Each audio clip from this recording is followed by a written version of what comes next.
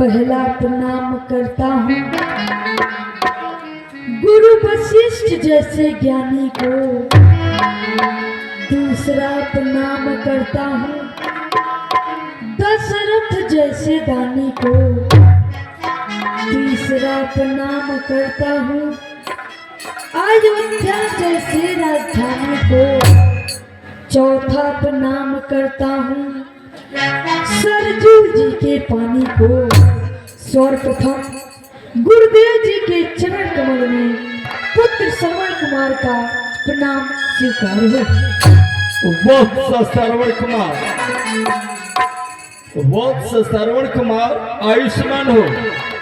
अब यह बताओ, अचानक गुरु आश्रम में आने का कारण क्या है? हे गुरुदेव, अचानक गुरु आश्रम आने का यही कारण है गुरुदेव कि मैं अपने माता के गर्भ से जन्म लेकर इस भूतल पर आया गुरुदेव। और गुरुदेव इतना बड़ा हो चुका, मैं अपने नेत्रों से अपने माता और पिता का दर्शन कर सकता हूँ गुरुदेव। लेकिन गुरुदेव ऐसा क्या कारण है गुरुदेव जो मेरे ही माता पिता अपने ही पुत्र को नहीं देख सकते गुरुदेव?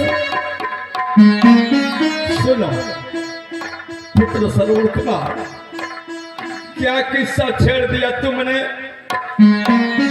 अगर जानना ही चाहते हो तो सुनो, हम तुझे बता रहे हैं। तुम्हारे पिता शांतनु ऋषि, तुम्हारी माता चंद्रकला जब पुत्र विहीन थे, एक भी संतान नहीं, पुत्र वियोग में नैमिषारण्य तीर्थ में जाकर के घोर तपस्या किए। विधाता जी प्रकट हुए। विधाता जी ने कहा, महाराज शांतनु ऋषि और चंद्रकला, तुम्हारे तपस्या से यदि प्रसन्न है, क्या चाहिए तुम्हें? तुम्हारे पिता और तुम्हारी माता को कहना पड़ा कि महाराज यदि आप खुश हैं तो पुत्र प्राप्ति का हमें वरदान दे दीजिए। विधाता ने कहा, सुनिए शांतनु ऋषि और चंद्रकला, तुम दोनों को पुत्र प्राप्त होगा, लेकिन एक शर्त है। शर्त यह है, पुत्र पैदा होगा और तुम दोनों को अंधा होना पड़ा। बेटा श्रवण कुमार, कारण यही है, तू पैदा हुआ है और तुम्हारे माता और पिता को अंधा होना पड़ा। क्या गुरुदेव, मेरे कारण मेरे ही माता पिता अपने नेत्रों को त्याग दिए गुरुदेव? मैं कितना अभागा हूँ गुरुदेव कि मेरे कारण मेरे माता पिता अपने नेत्र को त्याग दिए। लेकिन गुरुदेव क्या ऐसा कोई उपाय नहीं है गुरुदेव जिससे मैं अपने माता पिता का नेत्र वापस ला सकूं गुरुदेव? पुत्र श्रवण कुमार,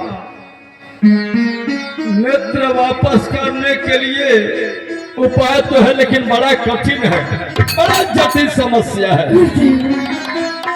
मैं अपने माता पिता का नेत्र वापस लाने के लिए गुरुदेव कितना बड़ा कठिनाई हो गुरुदेव, मैं उसे क्षण मात्र में पार कर दूंगा गुरुदेव। सुनो,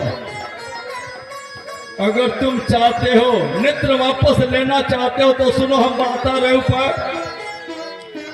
अगर तुमसे हो सके तो चंदन काठ की कांवरी बना लो, चंदन काठ की कांवरी बना लो, ठाकुर जी की तरफ से अपने माता और पिता को उसी में बिठा लो और उसके बाद गंगा, काशी, बद्री नारायण आदि तीर्थों का स्नान कराकर पुनः सुरसर में स्नान करा लो।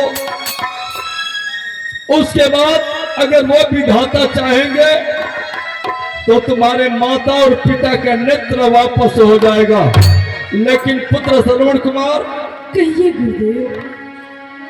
परिश्रम जब अधिक होगा, परिश्रम या जब अधिक होगा तो हिम्मत छूट जाएगी। अंग जब शिथिल हो जाएंगे तो कांवरी टूट जाएगी। तू अभी बालक है, कैसे सफल हो जाओगे? गुरुदेव, अगर आपकी आज्ञा हो गुरुदेव, तो कितना बड़ा कठिनाई हो गुरुदेव, मैं उसे छल मात्र में पार कर दूंगा गुरुदेव। अच्छा तो जाओ। पुत्र श्रवण कुमार, नागारी तेरी बड़ी हिम्मत है तो तू अपने माता पिता को कांवरी बना करके ले जाओ, देशाटन कराओ। हमारा आशीर्वाद तुम्हारे साथ सदैव कायम रहेगा। ठीक है गुरुदेव। जाओ, तुम्हारा यह यात्रा तुम्हारा मंगलमय हो। ठीक है गुरुदेव, अब मैं यहाँ से चलना चाहता हूँ।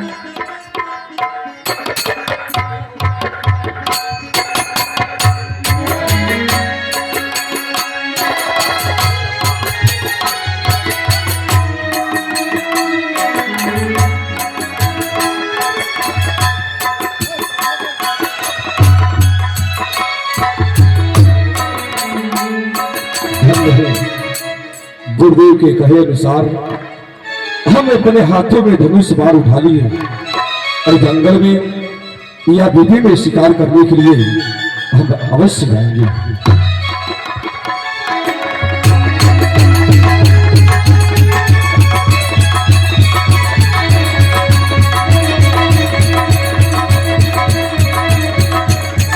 ये बन सकती ना, ये अयोध्या सम्राट चक्रवर्ती महाराज दशरथ आपके गोद में शिकार करने के लिए आ रहे हैं और आप देखभाल करती रहिएगा।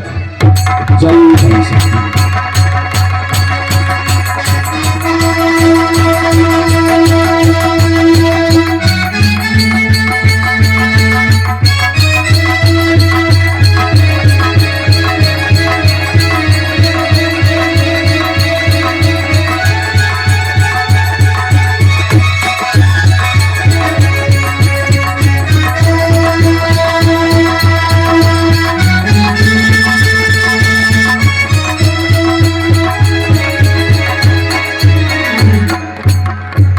देखिए, ये कितना सुंदर जानवर है हिरन, परंतु ये वध करने की योग नहीं है। वह देखो छलांग मारता हुआ वह चला गया। जाओ तुम लोग इस वन में भ्रमण करो।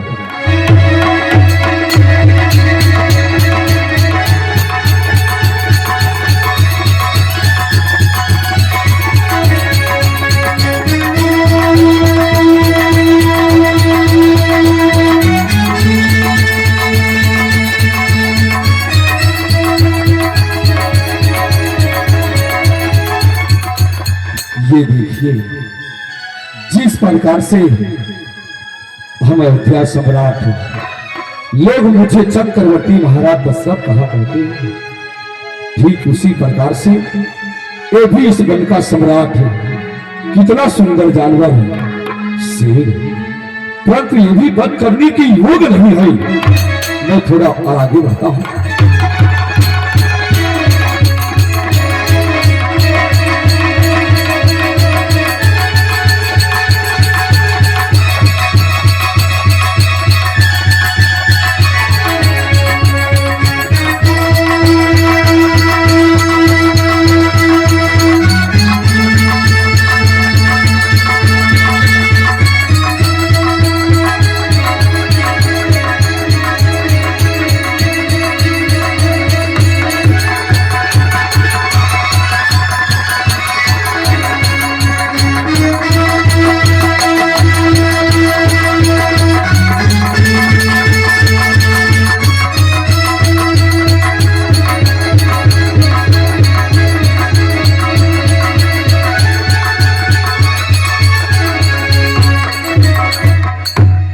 देखिए, ये भी जानवर मुझे दिखाई दिया, परंतु ये वध करने के लिए योग नहीं है।